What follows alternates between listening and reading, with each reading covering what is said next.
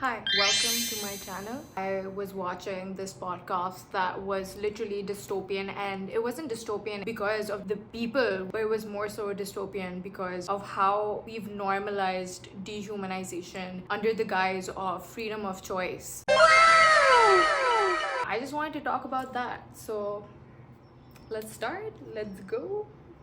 Okay, let's go.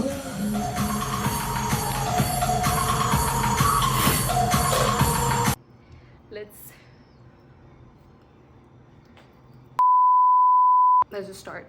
I take women back 100 years. I'm like, no, I'm the clear example of how to be empowered. I use my body. I do what I want, when I want. But empowerment for what? For what specific purpose? To be validated by the very men who literally just view her as a collection of holes. Forgive me for this language. I don't mean to object or do that, but I'm just specifically talking in the context of how these individuals would be viewing women in general. And this is the thing you've been banging on about for years. This isn't feminism. This is essentially trauma performance where survival basically gets dressed up as freedom. People say I promote culture and stuff. I'm not. I'm saying, hey, I enjoy it. I get wet. I get turned on. I wank over my videos. Come and fuck me. Submission just gets rebranded as choice. Bye. Get out. Get out. Get out. But is it really? I want you until the end in the old people's home. I want, petting zoo, 85-year-old petting zoo. I want you to do it to the end. Stay real about your choices. 100%. Yes, queen. Yes, queen. Yes. Is it really who an individual is to just be used? Is that their only identity? Or is it that she had to become this to survive in a system that only rewards women only when they're compliant, hypersexual, and silent? There's difference between kink and conditioning, between consensual degradation within a safe environment, within a safe space, within a safe partner, versus a lifetime of being taught that your only worth is in being desirable or being consumed, and thus objecting yourself to such dynamics. And I do that because do you see how many dicks I drain? How many balls I've been emptied out on my face? How many pies I've taken and scooped it out? And how does that help society? Sex workers help, reduce rates by over 30%. I actually have a lot of respect for you because you own it and you're honest about it. What if it was your daughter? Well, that won't happen. Say what? Do you see how this man is basically saying, oh, I respect you, but not because they're doing whatever they want to do because of the fact that they can, the freedom of choice, and because it's their body, therefore they can do whatever they want with their body. But instead, he's respecting her because she is validating his point of view, his worldview. That's right, Bonnie. See, this is the future. Yeah.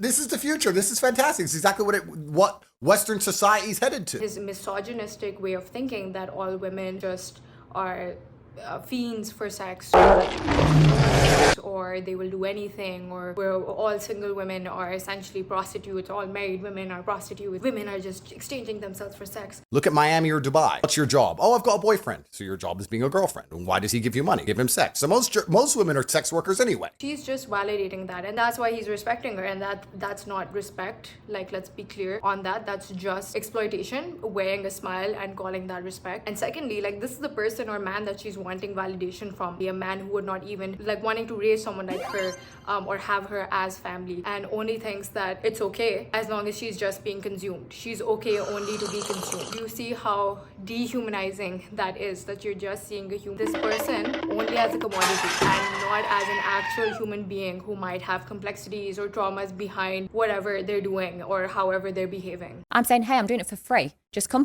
fuck me.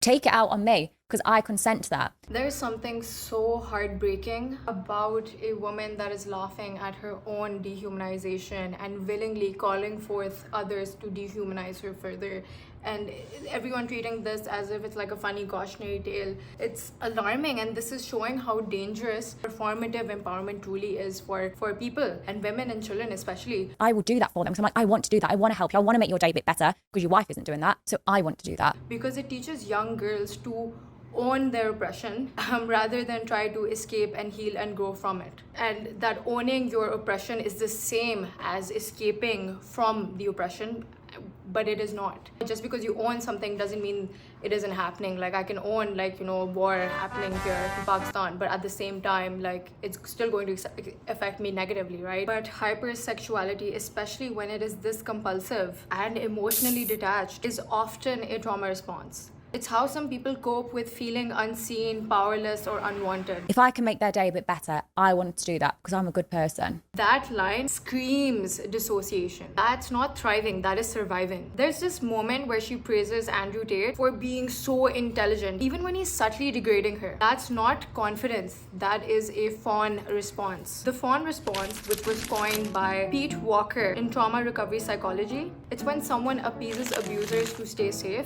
It's often seen in survivors of emotional neglect, especially in women who learned that to survive or to avoid conflict, you just have to please the individual, or you have to be differential, or you just have to adapt a lot. You have to be hyper adaptable, essentially. Okay, like you just can't insult me. Like I own it. Whatever word you want to call me, whether you But say it's not even insulting. It's just a factual description. Yeah. It's a factual description. If anything, it turns me on. By the time you finish calling me a whore, I'm going to leave this chair with a wet patch. Well, there you go. That's why she's so good at her job. What she's really saying is that I feel safest when I conform to what I deem are powerful men and what they want me to be, even if that version of me is submissive, erased, or objectified. Cognitive dissonance usually happens when your beliefs are completely not aligning with your own actions and with your behavior. And instead of changing that behavior, you convince yourself that the belief is wrong, or you find loopholes to connect your belief and your current actions to very illogical means, but in the moment they seem very rational and logical. Bonnie's trying to resolve the dissonance of being degraded while calling it empowerment. It's why she claps when Tate says he wouldn't let his daughter be like that. Because if she doesn't laugh, she might just break. How else are you supposed to deal with that situation? Cry? This isn't empowerment. This is a woman that is learning to smile through objectification, through degradation, through subjugation, because she was never taught to say no. And she's mastered her own objectification, not to be free herself or not to free herself, but to survive in a world that punishes women who don't. I actually have a lot of respect for you because you own it. This is classic doublethink. Tate wants to sound reasonable, but immediately reveals the conditionality of his respect. Would you do if it was your daughter? But why are you asking impossible questions? Well, it's not an impossible question. Of course it is. How? It can't happen. But anything can happen. It's against the laws of physics. He only grants Bonnie personhood because she is not his woman, because she's not his responsibility, his domain, his authority, his quote-unquote property, because she's not something that he owns or has the right to. But why? Because I still raise her in a household where she is masculinely guided, and she will be guided by me until I hand her over to some other man. However, I believe when women are left to their own devices, they will only ever make stupid decisions. But my stupid decision. I wouldn't say it's any more stupid than most decisions women make, to be honest with you. I think that most women, to some degree, are sex workers anyway. This is not respect. Again, it's exploitation. Like I said, in a different light, and also it is strategic tolerance. What he's really saying is, I don't mind what a woman does or what this woman is doing, as long as they're not my woman, That's not feminism. That's ownership that is repackaged as morality. So who am I to say otherwise? This is what men and women want. I'm just a guy.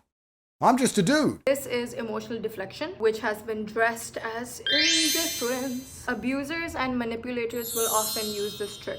They're essentially going to deny their own power, be like, what me? I don't think, and they will essentially bring the influence it is giving them. Tate absolutely cares. He cares. He's literally built an entire empire of caring about what women should do and should not be doing. And they found a man who provided for them, and they listened to that man. Women have then said, we don't like the patriarchy, we're tired of being provided for, we're tired of being taken care of, we don't want to listen to anybody, we want to make our own decisions. That was women and feminism that ended the traditional family unit. And now women can make their own decisions. So I'm glad that Bonnie's making her own decision. It's the same tactic that is used by covert narcissists. Minimize your stance in public while maximizing control behind closed doors.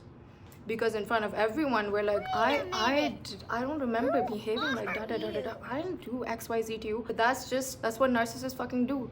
They deny, and they're gonna be blowing things out of proportion themselves, and before you know it, you are the villain. Let's analyze that. Everyone has a past. You're right, everyone does have a past. It's true. But isn't the primary objective of a man to find a woman with as little past as possible? Would you argue that's one of the precursors to finding a wife? Considering that wives were supposed to be virgins. This was the deal. The reason I'm proud of Bonnie. This is textbook grooming logic. Selectively showing empathy to someone vulnerable so you can frame their pain in order to appease your exploitation or in order to justify for your exploitation. He frames her trauma as a pass, not for compassion but for usefulness. It's not that abusers will go for you because you're naive, right? They're not just looking, quote unquote, for that. They're looking for people who are hurt, or they choose people who are often hurt. And because hurt people will try harder to prove that they're worthy of being loved. And that's why they're going to stick around and be okay with a lot of the things that these abusers will subject them to.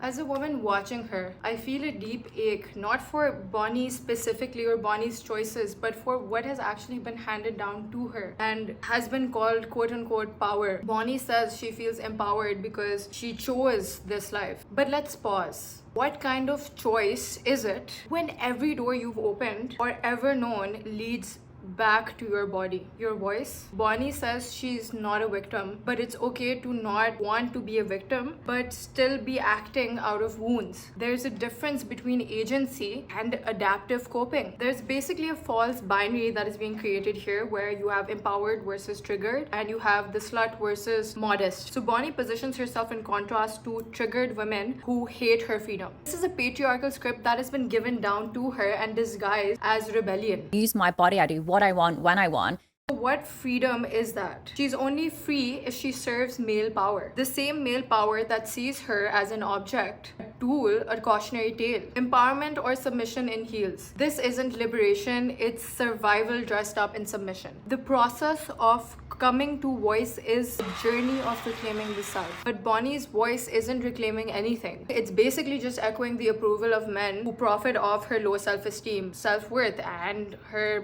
tendency for self-erasure. Audre Lorde also said, if I didn't define myself for myself, I would be crunched into other people's fantasies for me and eaten alive. Bonnie is defining herself through male fantasy, not despite them, but because of them and through them. Sarah Ahmad reminds us, when you expose the violence of power, you become the problem. Women who speak out against commodification are viewed or dismissed as bitter or jealous or always bringing the mood down, while women who perform submission as freedom are given a reward. They are promoted more, they will be shown more in the limelight, they're going to have more engagement essentially. So what real empowerment is about isn't appeasing men with either modesty or nakedness or it's none of that. It's more so about saying no when no is hard. It's more so about creating safety that isn't conditional on being sexy or looking good or submissive or saying yes, and decentering male validation altogether. You should be doing what you're doing because you want to do it as a human being,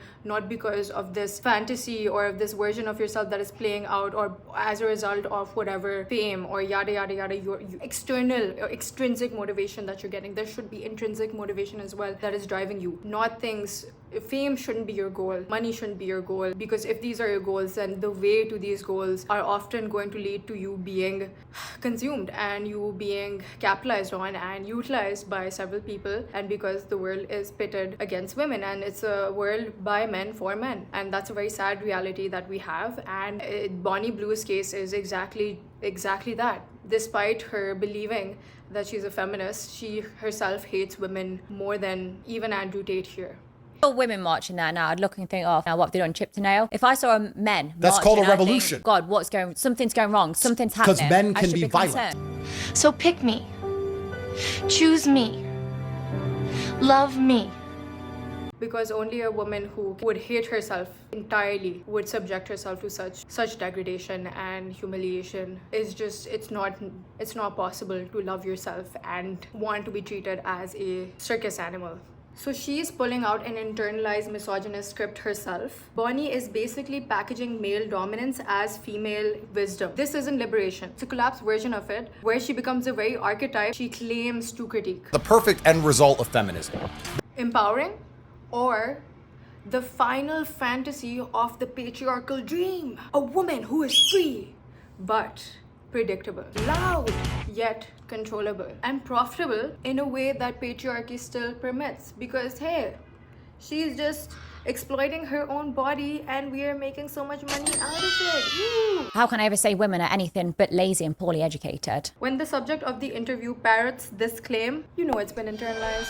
She's policing other women to validate her own cynicism, and thus she is pointing the blame inwards and not outwards, you know, at all of the men who are basically consuming her degenerate content, you know, the men who have made up this whole economy, and that's why women are doing these things, and they're getting even more extreme. It become like Black Mirror episode. It is a circus, a freak show, and the women are becoming more crazy and doing these stunts that will make their mind go insane or bye-bye, and men are loving this. It's crazy. I'm sorry I switched up to a different accent, but it's like crazy. It's like a Black Mirror episode. I'm just a clever You're just very good. Okay. The statement reveals the binary that she's trapped in. She is clever versus a slut. A performance expected to please men and male expectations while pretending it's feminist praxis or rebellion, where it's not please feminism. We do not claim her. Please take her back. Men or no one take her back. She should just go back to her family and like just get her shit together, you know, reconnect with herself genuinely, and like take some time off all of this, because genuinely it's got to be insane the amount of objectification that she may have been going through, which is her life, which is why she's at this point. She thinks she has to this is her only option, I don't know, to fame or relevance or money. I just, it's very sad, again, the fact that a woman's trauma response and her dissociation, her hypersexuality, her dehumanization being treated as normal, or this woman is just crazy lady. Instead, we're not even going to the semantics of why someone like this is behaving this way in the first place, right? And that's the thing to focus on, how our society has pushed women to such a degree that they're currently behaving in ways where they're so demarcated from themselves and their bodies. But yeah, it just shocked me, and I wanted to talk about this. Do let me know your thoughts in the comments below, and I'll see you for the next one. Bye.